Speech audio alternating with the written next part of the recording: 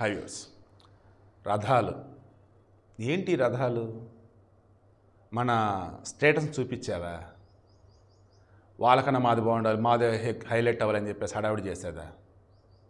120 అడుగులు ఎత్తు రథం ఏంటారా నాయన అసలు కర్ణాటకలో మద్నూరు అమ్మవారు ఆనేకల్ తాలూకా దేవనగ మంగళ ఆ ఊరిలో ఈ మద్నూరు అమ్మవారి సంబంధించి ఎవ్రీ ఇయర్ జాతర జరిగిద్దంట రాయచంద్ర నుంచి ప్రభలు వచ్చాయి ఈ దేవనగ మంగళ నుంచి ప్రభలు వచ్చాయి దాని ప్రభలు అంతంత ఎత్తు 120 అడుగులు ఎత్తు అండి ఎలా 120 అడుగులు ఎత్తు నీ కింద వచ్చేసి ఫౌండేషన్ ఎంత ఎద్దుల బళ్ళ మీద ట్రాక్టర్ బళ్ళ మీద పెడతావు ఎలా నిలిచిద్ది చిన్న లాజిక్ అసలు ఒక ఇల్లు ఉంది ఇంటిని కట్టాలన్నా కింద ఫౌండేషన్ వేస్తావు ఫౌండేషన్ వేసారని చెప్పేసి పైకి కట్టుకుంటా పోతావు ఏంటి కింద ఏరియా ఎంత దాన్ని తగ్గట్టుగా ఎన్ని అంతస్తులు ఏంటనేది సివిల్ ఇంజనీర్ వాళ్ళు చెప్తారు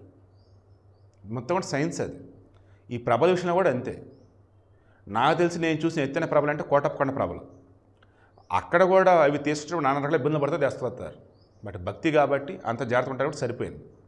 హార్డ్లీ నేను అనుకుంటే అవి 50 ఫీట్ వరకే ఉంటాయి హైట్ ఇవి 120 అడుగులు ఎత్తు అంటే ఏంది అసలు చిన్నపాటి గాలి అంతే దెబ్బకి పడిపోయింది ఈ దేవనగ మంగళ వెనకాల అటాచ్ చేసిన వీడియోస్ అవే కర్ణాటకలో ఆనేకల్ తాలూకా ఇది బెంగళూరుకి వచ్చేసి నీరుబేన్ అంటే ఇవి కూడా మరలా ఈ వీడియోకి ఇంటెన్షన్ అంటే తెలుస్తుందా దేవునికి సంబంధించి మనం చేస్తున్న పని ఏదైతుందో భక్తితో చేయాలి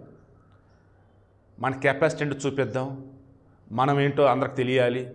ఎందుకురా అసలు ఈ దేవనగ మంగళ ప్రభ ఇది కూలటం వల్ల ఒకరు చనిపోయారు రాయచంద్ర ప్రభ అక్కడ ఏకంగా ఫైర్ యాక్సిడెంట్ అయిందంట కూలిపోయి 2 చనిపోయారు మొత్తం 3 చనిపోయారు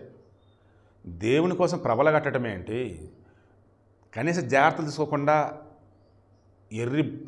బాగుల గమని కట్టుకుంటూ పోవటం ఏంటి తీసుకొస్తున్న ఒంట్లో అవి కూలటం ఏంటి అన్యాయం పాపం చనిపోయిన వాళ్ళు అండ్ ఈ ప్రభల కట్టిన వాళ్ళు ఎవరైతే ఉన్నారో కొంచెం బుర్రా బుద్ధి వాడండి వీలైతే చదువుకున్నటువంటి టీచర్లు పిలిపించి సైన్స్ టీచర్లు పిలిపించి అడగండి ఎంత ఎత్తువరకు కట్టవచ్చు కింద స్పేస్ ఎంత ఏంటని